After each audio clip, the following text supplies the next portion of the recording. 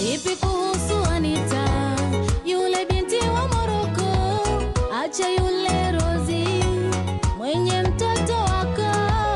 Kitanda kisae haramu, ile kweli damu yangu. Same uso huyo Anita, Anita mbona sikumbuki?